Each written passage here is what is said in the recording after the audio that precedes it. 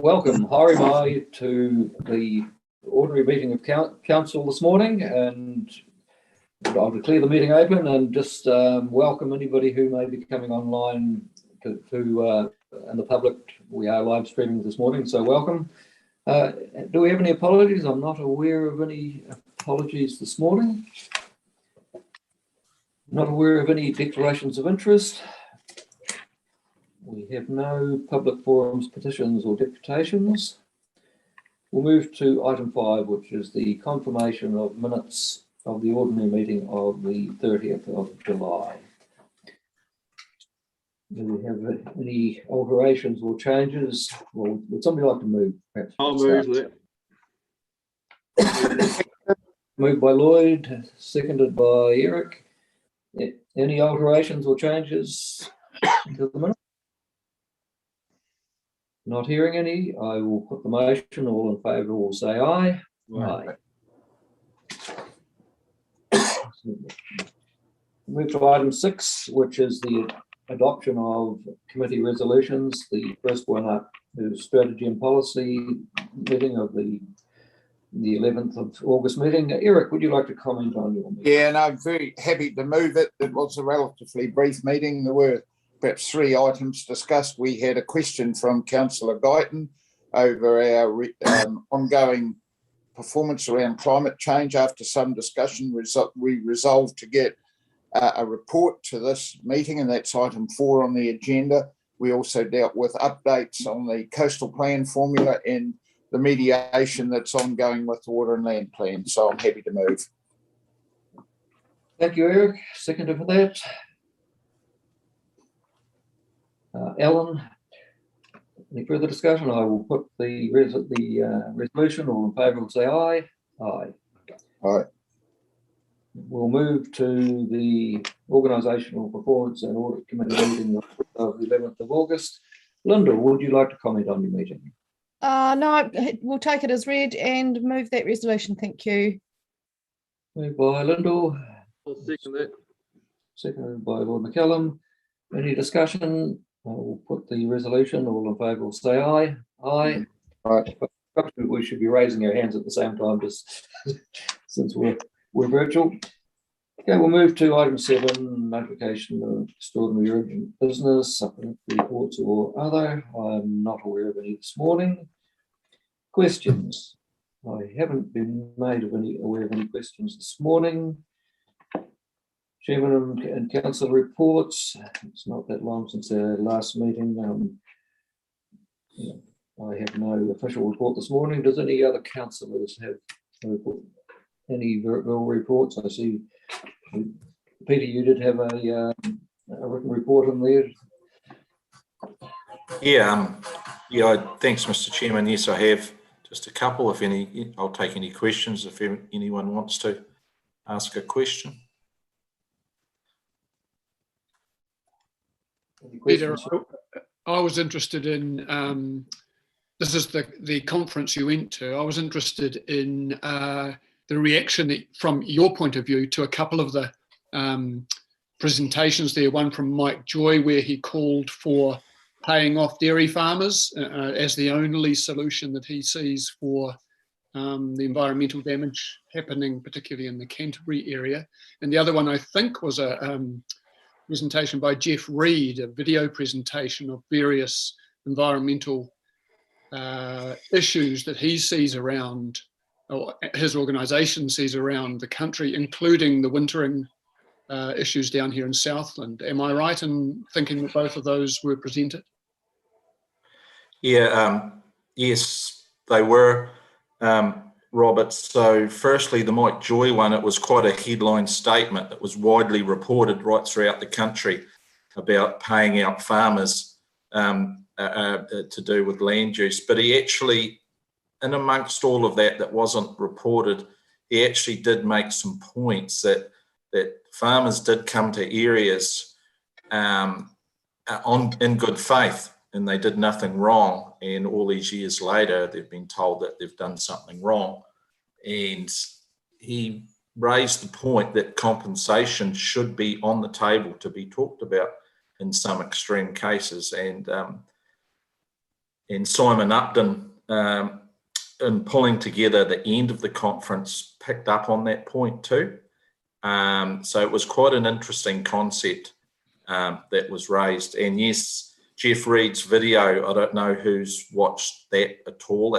It's a pretty hard look, I must admit. It takes in the worst of the intensive winter grazing practices in Southland and Otago. But one thing I would say is that a lot of that video, if you do watch that, and it's really hard to take sometimes, isn't it? Because you don't like acknowledging or looking at it, your critics, but focuses a lot on the building industry and the building boom out of Auckland, and where all the topsoil's going out into the harbour and into the sensitive estuary. So sometimes you think these people are just down in Southland 24/7, but I can assure you they've got their eyes on sectors right throughout the country. So yeah, it was quite confronting as a farmer, Robert.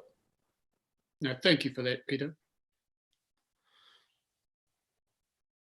I'll briefly report on a Zoom Osprey meeting I was online for in the last couple of weeks. I'm the local government rep on that. The progress is being made, but we still seem to have quite a gap in with NAIT issues. There's also a few question marks over the ability of Osprey to get in front of the TV thing. We've got a timeline that hopefully things will drop off. They had an outbreak in Hawke's Bay last year, which set things back a little bit. But on the whole, it does appear to be making quite good progress, and the stakeholders board are quite active in trying to have a skill-based matrix for directors going forward. Probably leave that there. Any other verbal reports this morning? Or questions on any of the activities? There haven't been a lot since the last meeting. If not, we will move to item 10, and the first item up is the Chief Executive report. Rob, would you like to comment on your report? Thank you, Chair. Can people hear me okay? Just playing around with my sound. Yep. Yeah, just sort of a couple of things I'd like to highlight. And just first of all, just around the COVID response and changes, and it was a very seamless move to level 4.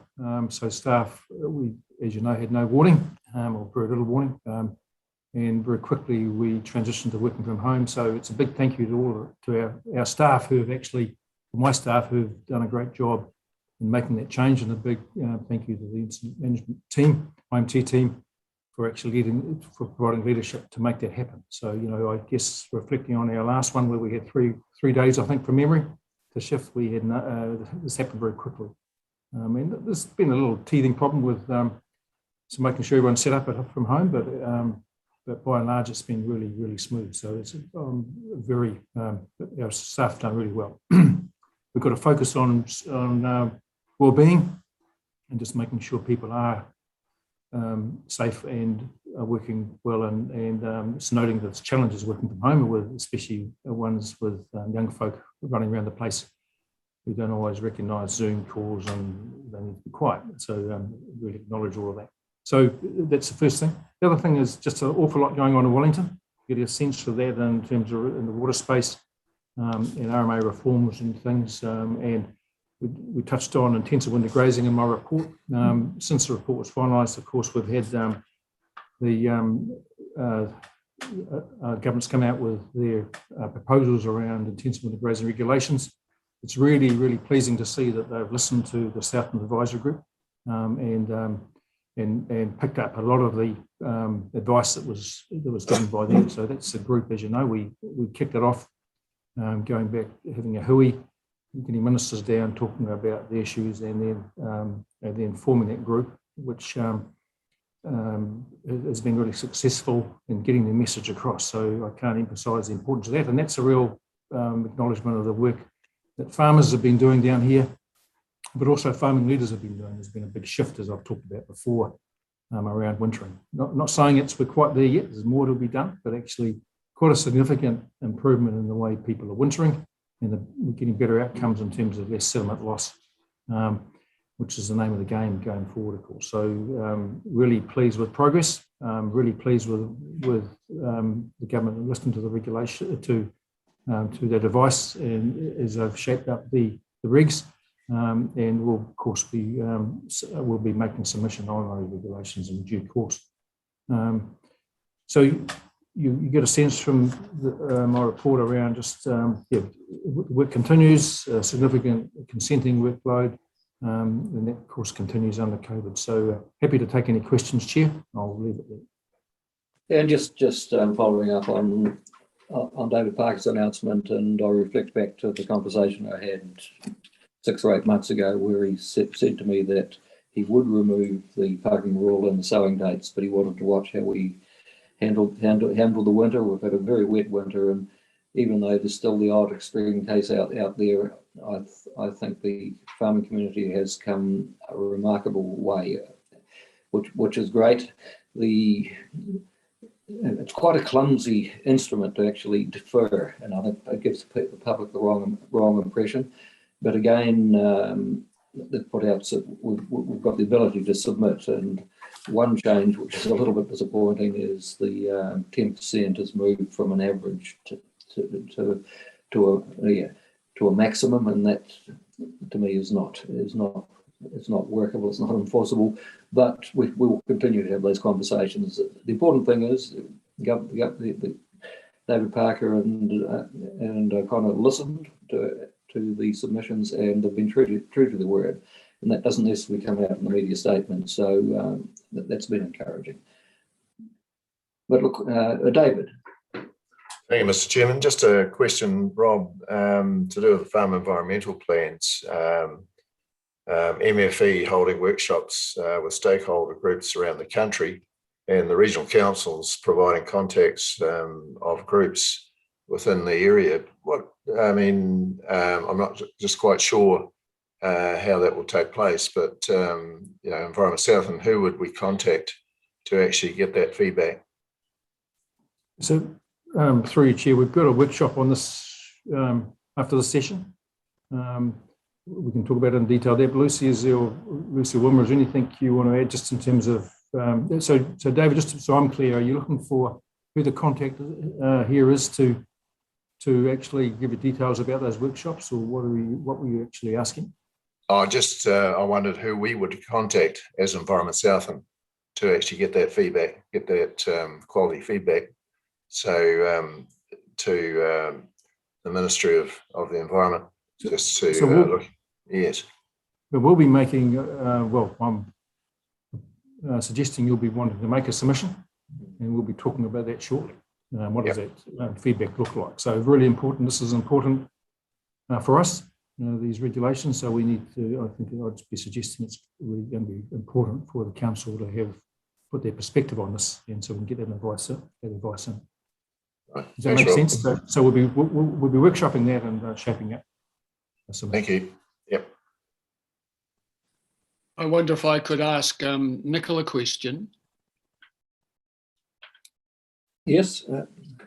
Nicol, you mentioned the discussions with David Parker that you and through the council had been having, and that your feeling is that the government through them listened and they adjusted their thinking responsibly in response to what they'd learned from, particularly from Environment Southland. I would have thought that contrasts quite strongly with other groups who have claimed that the government caved in under pressure, protest pressure and other kinds of pressures. I wonder if you can see a way to broadcasting your views more widely on how that process actually panned out, rather than the more the more knee-jerky kind of media coverage that we've had so far, that has been made so far about the response from the government. Well, rather than getting into a debate with other organisations, I'm quite happy to put out some positive stuff on how the process has gone. And the reality is, it was the respect that David Parker in particular had for the regional council.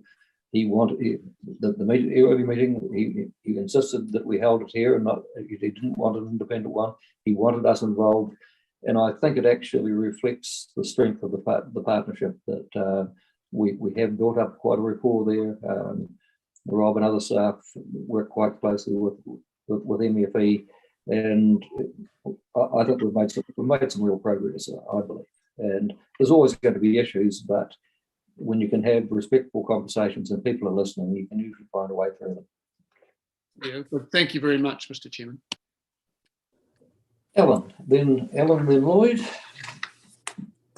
Yeah, thanks, Mr. Chair. So just my question, Rob's on page 38, Science, Informatics and Operations. So just with, I guess, level 4, level 3, will this impact on some of our science or our monitoring data coming forward? Will we have a 3-week gap, or will we be able to catch up, or is it going to, how's that going to look? But also, you talk about the new monitoring site at Wallacetown. How far away from the original site was that, and will that have any long-term implications to the quality of the data that comes in from having had to shift the site? And then I guess I see the question on the lake work, which we've been doing for about a year or maybe a little bit longer than that now. It always seems to come through as a challenging work. So I know we took that over from somebody else, but are we happy we've got that work? Because every time it's written up, it seems to be that it's quite challenging to get that information. Yeah, so look, our monitoring teams haven't been able to be out in the level 4. And so there'll be a bit of a catch-up mode. I'm not sure whether there may be some gaps in the data, but we'll be looking at that. And under level 3, we've got restrictions as well, but we can be doing some field work. The monitoring, I'm not aware of Wilma might have a better understanding of me around Wallacetown, around the quality site. Again, that's something we can come back to you on. The lake monitoring, it's I'm not sure it's challenging. I'm not sure that's quite the right word. Is that what? I mean, it is an environment where we've got to take care, and there's health and safety concerns. So we've got to ensure our staff are safe. We need to have a data set, so it is important that we do that work. And from my memory, that was done previously by, I think, Niwa. Someone will correct me if I'm wrong. But they stopped doing it, so important we picked it up. So we've got to have that data set for our region, and if it's this is something we need to do. I think that was the case. So, Wilma, anything you want to add to that?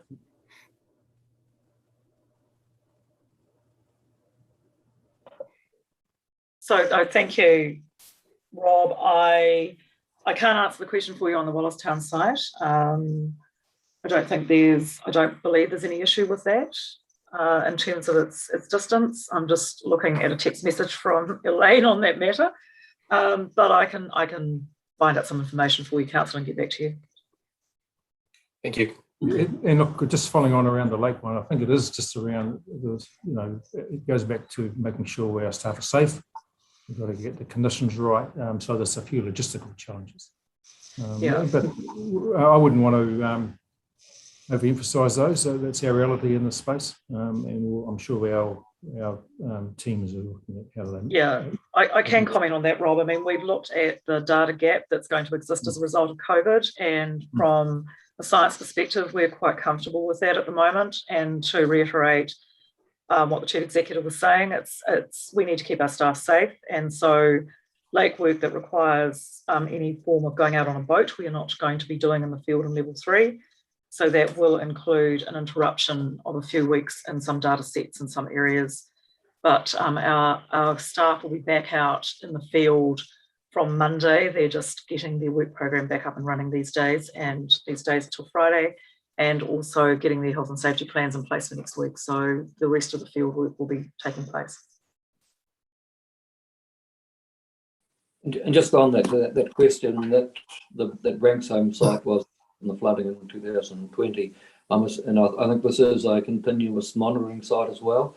And I guess Alan's question is probably related to the two sites were slightly apart, and will that cause any aberrations? Hopefully not too much, but no doubt we can get further information on that. Yeah. Lloyd, you had a question. Yeah, I've got 4 questions, Mr. Chairman, if that's permissible. I'm on page 37 at the top there, and there's a comment at the end of the first paragraph. It says reporting fertiliser use are due out from MFE in July. Now, am I taking it as a consultation about reporting, or are we talking about reporting this season's fertiliser use?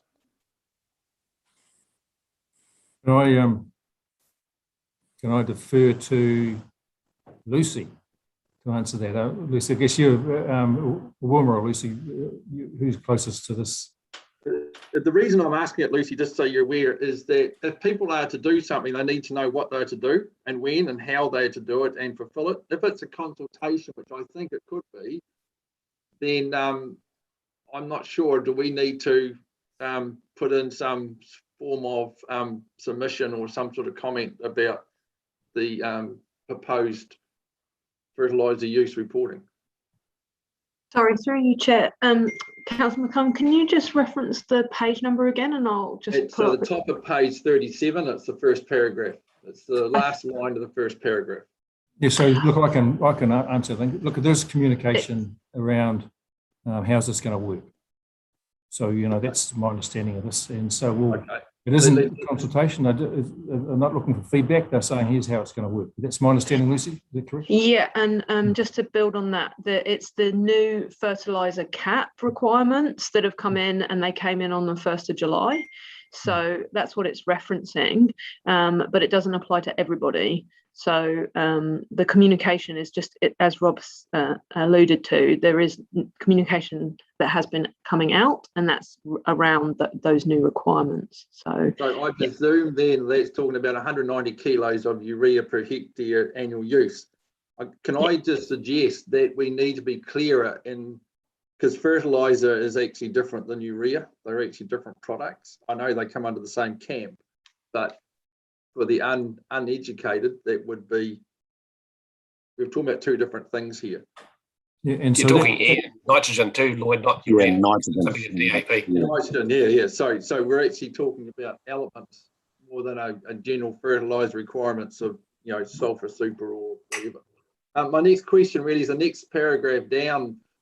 Rob, I'm wondering, because of my interaction with Waituna, do we need our chairman to have a conversation with Minister Parker about the definition here? And I'm specifically thinking about Waituna, but we need to be clear about what this MPS actually does and how it's going to be activated going forward. So my suggestion there would be, let's look at the regulations. Are we expecting them, when do they due, Lucy? Lucy might be able to help us when they're due around the wetlands, or have they already landed? Yeah, so through you, Chair, the wetlands regulations are already in place through the NES changes, but what we're waiting for is additional guidance on how those need to be implemented. The wetlands definition is one of the areas where MFE and other regional councils are working together to clarify what is meant by a wetland, and specifically a natural wetland. So it's that we're awaiting some further clarification on. So once that information is available, we can then look at how do we respond, and that may be some discussions. Or the reason I raised that is that there is a consent in the consenting processes now, that this is quite an important part of that consenting process. So we need to line up those dates. And I think the definition was vague, and it's caused all sorts of issues. And I would think that in your example, the temporary opening of a lagoon, I don't believe would fall under that, but we actually need some clarity. But we also need some clarity on what a wetland is, because at the moment it could ostensibly just be a few rushes, and it's not the intent. But obviously that work is ongoing, and I'm sure we're having a bit of input into it because So I'm we seeking clarification because depends on what that clarification is, and we need it in writing. It will depend on approaches by ourselves and other groups. That's why I raise it. So through you, Chair, can I just add that there's been some additional guidance that's been released by MFE just very recently, I think in the last few weeks, about the wetland and the rules within the NES. But one added complication is that there are various regional council plans that are currently being appealed, and some of these matters are also being traversed via the court process. So it's an ongoing kind of question mark and around how those are being defined and what the implications of that are. But more than happy to come back with more information as and when we have it to council or to strategy and policy, whichever you would rather. No, that would be good, Lucy, because it is an area I know a lot of people have, the councils have looked at too and said, well, actually, what does it mean? And I would have thought that the NES would actually trump other plans. So the clarification on that one is really important. Thanks.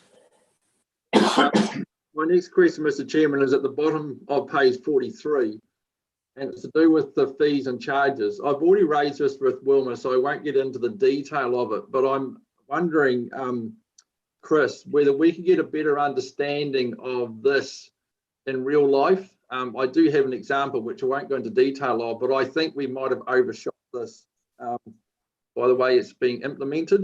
And I'm wondering whether we could just get a better understanding of that. Is that possible? Yes, of course. I'm not actually sure what your concern is, but we can talk offline and I'll get clarity around that. Yeah, if you talk to Wilma, she'll fill you in on the I won't go into the detail now, but I think what I understood we did through the long-term plan and what it's actually playing out in real life, there seems to be some distance between the two. Understood. I'll catch up with Wilma. Yeah. And my last question is to do with on page 44 is the water take, low water take, high water take data.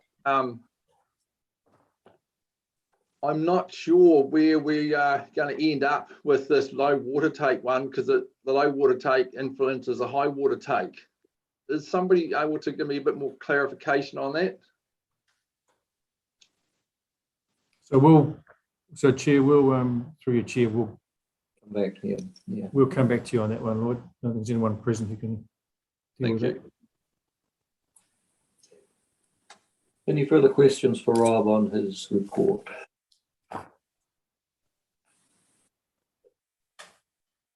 I'm not seeing anybody on my screen, but I may be missing somebody. So if there's somebody I'm missing, please indicate. If not, would somebody like to move that the report is accepted? We note it. Moved by David, seconded by Jeremy. All in favour will say aye. Raise your hands. Aye. Okay, we will move to item 2, which is the update to the staff delegations manual.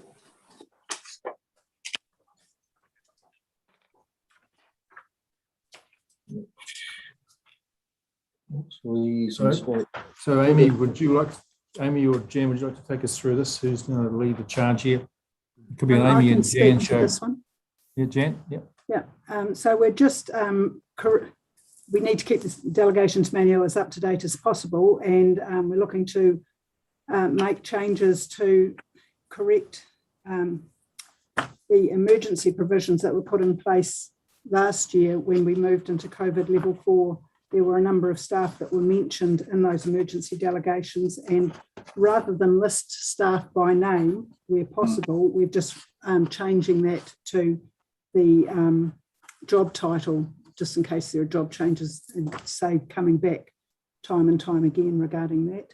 And the other changes that are required are to reflect job title changes that have come through as a result of the recent restructuring within teams. So they're relatively straightforward changes. If you've got any questions, I could respond. Any questions on that item? It makes sense if we have generic things, because otherwise, if you've got just got names in there, you've got to constantly update it. So I think it's a lot of sense. Lloyd. Mr. Chairman, I agree with the approach here. I think it makes a lot of sense. And there's been changes in the organisational structure that make sense to me as well that we need to do. But one thing as a sideline, Dan, we need to update our councillor, the green sheet that we have of the people responsible for what areas. That's now out of date, and there's names on there that are now no longer employed by ES. Okay, that can certainly be fixed outside the meeting. Yes, it Yep. has been updated internally. It probably just hasn't been recirculated recently. So Thank we'll you. do that. I'm happy to move this, Mr. Chairman. Yeah, the report makes good sense. I'll second. Moved by Lloyd, seconded by Eric. Any further discussion? If not, I will put the recommendation. All in favour will say aye. Raise your hands. Aye. Against no. Carried. Right, we'll move to item 3, which is the councillors' meeting schedule. And that's me again. And as you're aware, with the current COVID level changes, we are updating this meeting schedule almost on a daily basis. We will move to in-person meetings when we can, but otherwise a lot of things are happening via Zoom. The only addition I've got to make today is the addition of a council workshop on the 9th of September, which will be addressing leadership priorities in the organisational work programs. And that's going in at 1:30 on the 9th of September. Hopefully it can be in person, but it may have to be via Zoom. Are there any other changes to the schedule that I need to be alerted to, or is anybody looking to take leave of absence? Eric, you were indicating? Yeah, well, look, just want to acknowledge the text that we get from Jan. I don't know whether I'm the only one that gets it because I'm recalcitrant, but a text saying, please look at when things are moving so quickly. I appreciate that. And if things are happening with urgency, please keep doing it, Jan. Thank you. Alan. The Otago Southland Regional Transport Committee meeting scheduled for Dunedin on the 17th of September looks like it's going to be a Zoom meeting and moved out to the 1st of October. So that's a change that's tentative, but it's likely to be. Yes, I hadn't heard. I knew it was thought it would likely go to a Zoom meeting. I'll check in with Russell's Russell. all over that at the moment, so he's just trying to work it out. Mhm. Neville's got his hand up, Nickel. Oh, go Neville. Yeah, my computer seems to have slowed right down. And there's a Bluff Museum Board tomorrow, meeting tomorrow at 10:30, a Zoom meeting. And I'd like to apply for leave from the 21st to the 28th of October, COVID permitting. Thanks for that, Neville. It can be noted. Any further requests for? Yeah, just a question, Nickel, on the environmental award judging. How are we getting on there? Can we commence or recommence our judging program? Is it going to be impacted by levels, or how are you going to get through all the work? I should probably defer to David and Lyndall on this one. They'll have a better idea than I have, but I'm assuming that until we get to level 2, that'll be difficult. So. Yeah, no, nothing's happened yet, Alan. Yeah, we're just waiting to, I suppose we've got a wee bit of time because we've got the awards at the end of October. So I can't add any more than that. Lyndall might be able to help. All the visits have been rescheduled, Alan, and in the hope that we'll get them all done. If not, we'll have to come up with another plan. Lloyd. Mr. Chairman, we have some meetings and maybe staff and council meetings that probably would be best face to face, but we're going to have to keep some of those meetings going. I know it's not on the schedule here, but there's probably 2 or 3 things around that we need to keep work streams going on. I'm just wondering whether we may need to prioritise those. It could be another month before we can have, under government's guidance, a full and open discussion, but is that too late for some of this stuff? And the reason I say that is some of the meetings or discussions, there's actually employment issues down the track on. So there is some urgency to have it sooner rather than later. And I guess the COVID thing is what it is, but we've got the regional sector meeting by Zoom, but I suspect there'll be a need to have another meeting before a face-to-face one, before the next scheduled one, when it can be held. There's just so much going on, and you can do a certain amount by Zoom, but there's some things that are much more efficient and better representation if you can do them in person. But I'm sure Rob and staff will be aware of these issues, and we'll try and prioritise and reschedule where necessary, because some things are awkward if you can't do them face to face. Thanks, Chair. I mean, Jan and the team will be looking at, how do we revamp this meeting schedule going forward, depending on what, as the Chair says, what level we're under and what's possible. And we might have to, we'll need a pretty flexible, agile plan going forward to get through the work. So no more changes to the meeting schedule. In a few meetings, mine that are cancelled, but they're not. It doesn't affect the things too much. If not, would somebody like to move the recommendation? And that includes the leave of absence for Councillor Cook. Including Neville's leave of absence. So moved by Alan, seconded by somebody else. And seeing at the moment, Jeremy. All in favour will say aye. Aye. Right, we'll move to item 4, which is climate change program update. It looks like Lucy and Wilma are going to lead it. Is it you, Lucy? Or?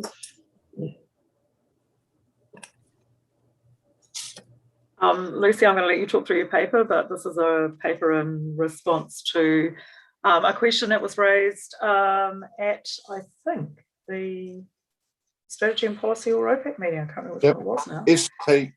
S&P, yes. So, and it's a very timely, actually, given that we are sort of heading back into our work program with other councils at the moment, and also our workshop program with yourselves, councillors. So, Lucy, over to you. Thank you. Through you, Chair. I won't talk for too long. I'll take the paper as read, but I did just want to flag a couple of points. So as Wilma has said, the request came via the Strategy and Policy meeting a couple of weeks back, and staff pulled together this report to provide an update to all of Council on what action we've taken over the last few months in regard to climate change actions, both within our organisation, but also in partnership with the TAs and others. And you'll note in the report reference to some work we've been doing and hearing from Great South. I've noted in the report the IPCC 6th report that's been released that was came out in early August, and a number of headline points from that report, which won't be a surprise to anybody, I wouldn't have thought, but was certainly thought it was worth including. So I've also identified some key pieces of work and some possible next steps, but as Wilma has stated, really timely in terms of your ongoing workshops and the translation from LTP into action. So I'm happy to take any questions though, Chair, but as I say, that's probably enough talking from me. Thanks, Lucy. Any questions for Lucy? I guess the next burning question that we'll have to wait to get an answer for is what the government will do with the Climate Change Commission report. I think they've got until about Christmas time to basically decide on whether they accept it in its entirety or in part, and I guess that will actually guide us at a regional level as to where our place is going to be. Yes. Still makes sense. National guidance, mitigation, and those sort of areas where we can do local, regional stuff is important. Wilma. Yeah, sorry, Mr. Chairman, I just don't think you could see that Peter McDonald put his hand up. That was all too. Right, no, it's not on my screen at the moment, unfortunately. So. And Robert. Go, Peter. Oh, yeah. Thanks for that, Wilma and Mr. Chairman. Hey, thanks, Lucy and Rob, for putting that through pretty timely fashion, really, from last S&P meeting. So that's really appreciated. My question is around the next step, as always. I see in there they had a meeting with us scheduled in early September, I think it was, to further this out. So, and I just see Jan's come in with a regional leadership meeting on the 9th of September. Is that to do with climate change at all? Is it, or have we got a date for this workshop, council workshop? The 9th of September meeting is a workshop, is not to do with climate change. We're having that session on the 30th of September where Great South are going to provide updates. There's an afternoon. That date's been confirmed with them yesterday. Oh, excellent. Thanks very much for that, and I appreciate it, Lucy. Yeah. And through you, Chair, I think the other workshop that we were referencing is not necessarily one specifically to talk to climate change action, but that it needs to be covered as part of the workshops that Rachel Miller and Wilma are obviously arranging in terms of the LTP next steps. So it will be a key matter that will be traversed by that workshop, or that series of workshops. Any further questions? I'm not seeing all the papers. So through you, Chair, do you mind if I just come back on your point around the national level work that's happening and the adoption of the whether or not the Climate Change Commission adopt the recommendations, whether the government adopts the recommendations.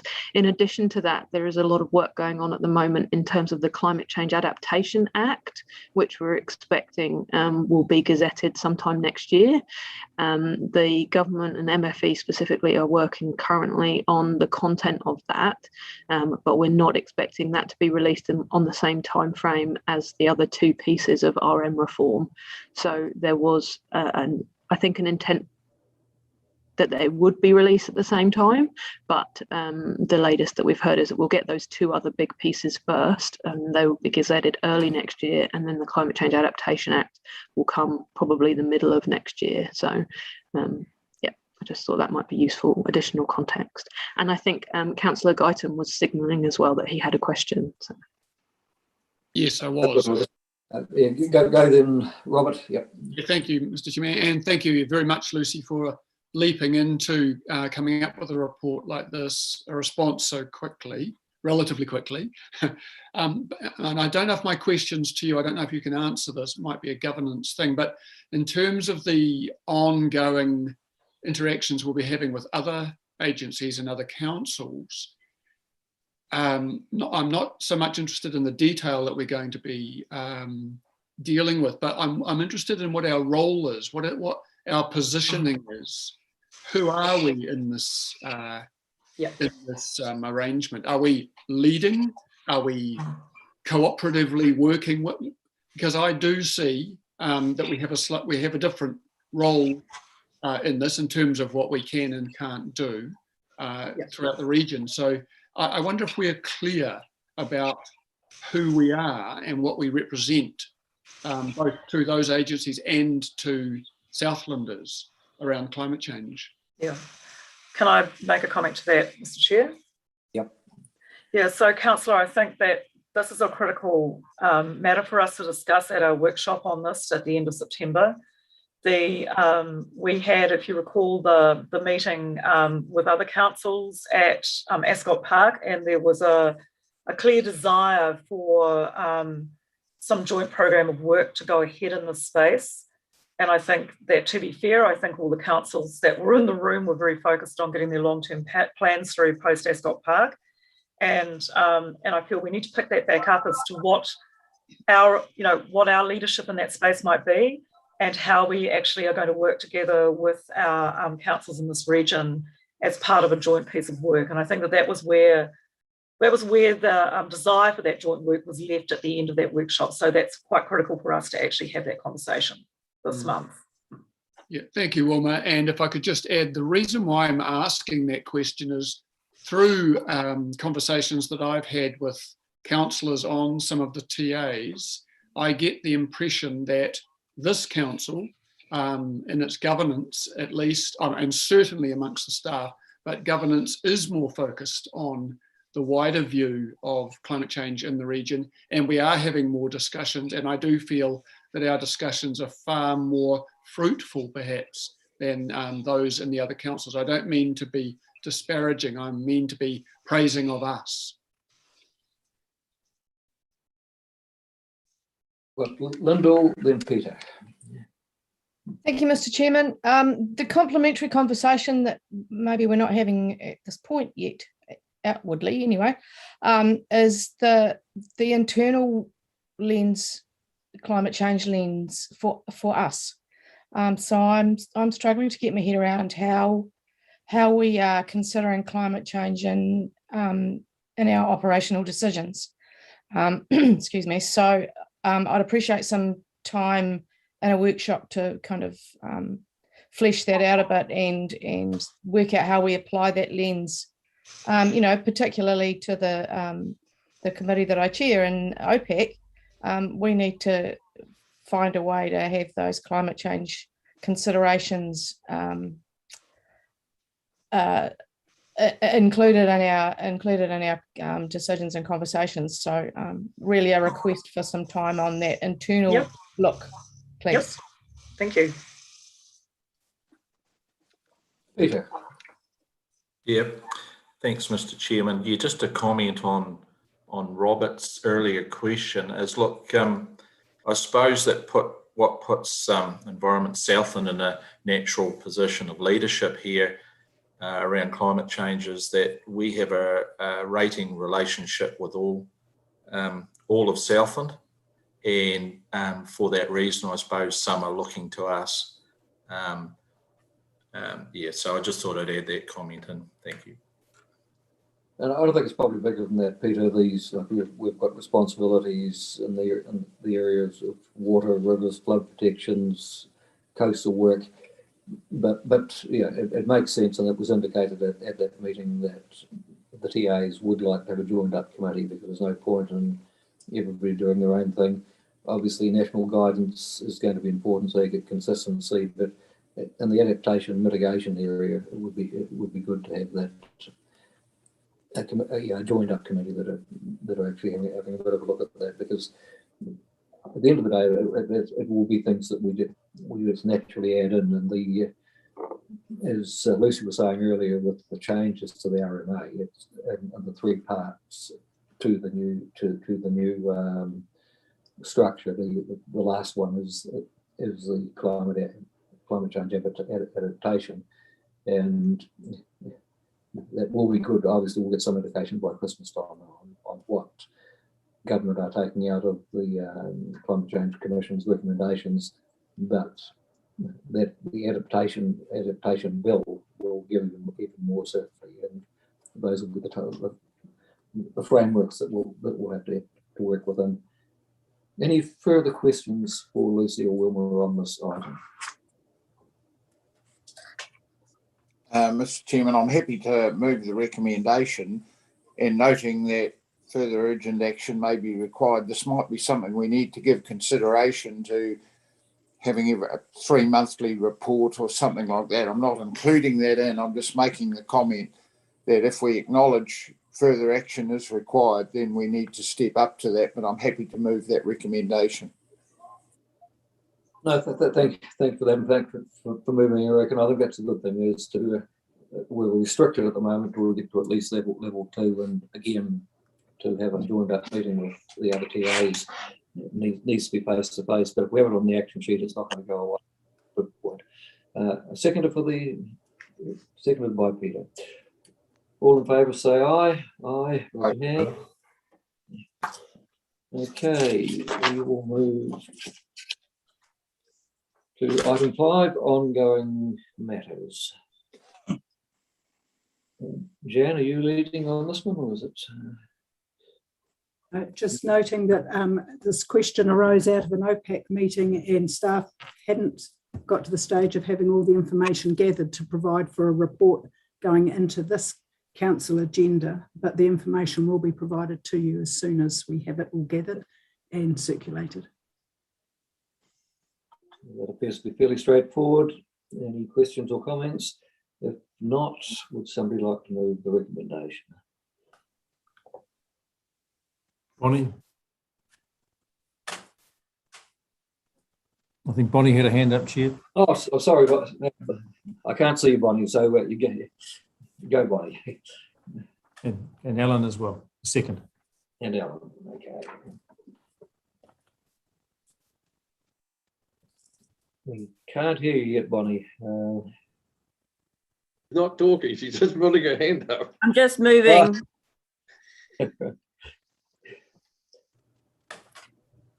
So yeah, that's okay. So I can see you there now, Bonnie. Are you wanting to make a comment or not? Yeah, you're. No, it's just moving the recommendation. Okay, thanks for moving the recommendation. Now, Alan.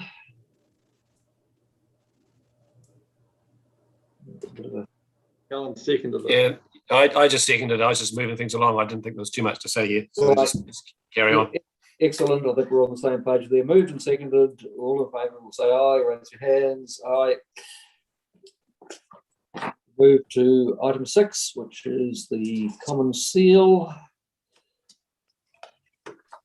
Just a machinery item. Straightforward, Mr. Chairman. I'm happy to move it. Moved by Lloyd, seconded for that, Alan.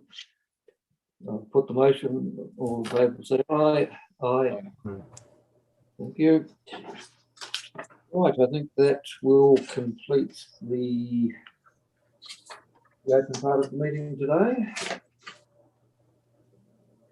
Yeah, I think so. So I guess we'll move into public excluded, and we probably need Boyd to take us off live streaming. So somebody like to move into public excluded, then Jan will give us the reasons. Moved by Alan, seconded by Peter. All in favour will say aye. Aye. Thanks, Jan. Moving into public excluded to confirm the minutes of the ordinary meeting of council of the 30th of July and the OPEC meeting of the 11th of August. And it's to allow council to carry out without prejudice of disadvantage negotiations and to prevent the disclosure or use of official information for improper gain or advantage, section 72I and section 72J, and to protect the privacy of natural persons, section 72A.